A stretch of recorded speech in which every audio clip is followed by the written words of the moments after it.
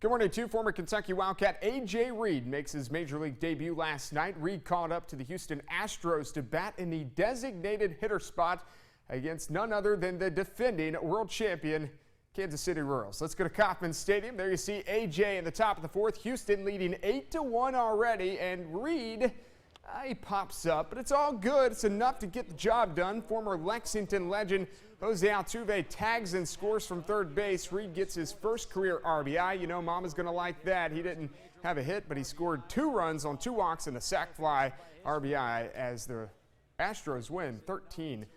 So A.J. Reed gets his first major league hit, which means he's about 4,256 off of this guy's record. Yeah, it was a big day for Pete Rose yesterday at Great American Ballpark. The Hit King inducted into the Cincinnati Reds Hall of Fame on Saturday at Great American Ballpark. The 1976 Big Red Machine team there to support Rose's induction. A passionate Charlie Hustle on the mic. I wasn't diving for me, I was diving for you. I was hitting for you. I was trying to score runs for you. Because I till this day, and I really believe this, baseball capital of the world is the Queen City. All right, the 75-year-old Rose is the 86th player to go into the team's hall. He was hoping to see the Reds get a win against the Padres yesterday. Bottom 4, Adam Duvall, he pops one up. Melvin Upton says, I got it. Travis Jankowski says, no, I got it. And, well, we have a collision. All good, though. Jankowski manages to make the catch, and that's all that matters. Upton says, hey, man, that sun, it just went right through my sunglasses. I couldn't see. Bottom 6 now, Joey Votto. He flies one way up. Now, this time, you know, Upton just says, I've lost it again. Alexi Ramirez is there to save him.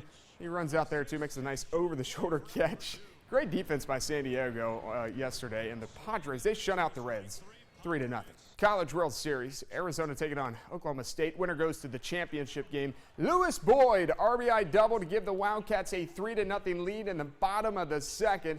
They were trying to become the first team to win 6 elimination games since Fresno State did it in 2008. Let's skip to the 9th. Alfonso Rivas III.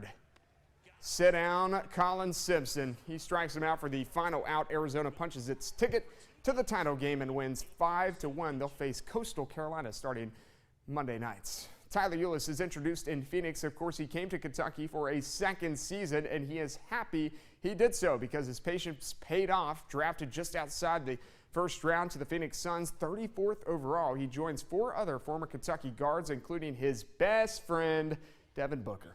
Well, you know, it's like just a dream come true. Not being in New York gave me a chance to spend time with my family and see everyone's reaction, which was really funny. Everyone crying, hugging me. My mom always choking me to death. But, you know, it's just a great feeling to be here, you know, being able to play with Devin again. And, you know, it was worth the wait. So they're back at it again, not with the white vans. Ulis and Book on the same team. Devin lobbied for Ulis throughout the draft process, even telling Suns coach Earl Watson to watch Kentucky games. But now that he's in the league, Ulis will not hear the end of it. Well, you know, we're really close, best friends, and, you know, I have to hear it for the rest of my life. He told me earlier that he's going to keep telling me every day, I'm the reason you're in the NBA. So, you know, he did Leon's job for him, and, you know, he told me a couple picks early, but, you know, we were both really excited, and I'm happy to be here playing with him again. Hashtag best friends for life.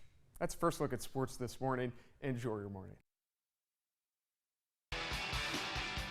Good morning to you. Jamal Murray was the first Kentucky Wildcat to go in the NBA draft, and while his teammate Tyler Ulis had to wait until the second round, he probably would not change it. Ulis is in Phoenix, reunited with his best friend and former Cat Devin Booker. He remembers watching Book get drafted to the Suns and how he immediately thought, that's where I want to go when it's my time.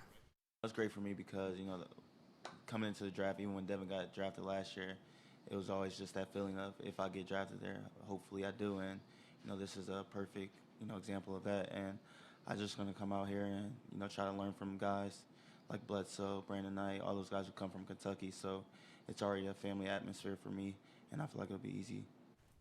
All right, let's switch gears now to football. Cash Daniel and some of the Kentucky Wildcats called season ticket holders to thank them for supporting the team this past week.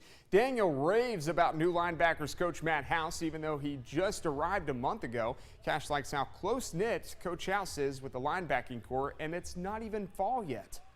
It's just summer. He's not trying to beat us down with a bunch of stuff, but at the end of the summer, going to fall camp, he wants us, to be able to do every individual drill in camp and not have any screw ups like you regularly would.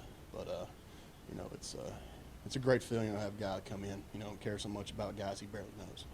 And we give him good feedback. He loves the way, how we're passionate about the game and how we're passionate about learning about football and wanting to be the best linebacker group in the SEC.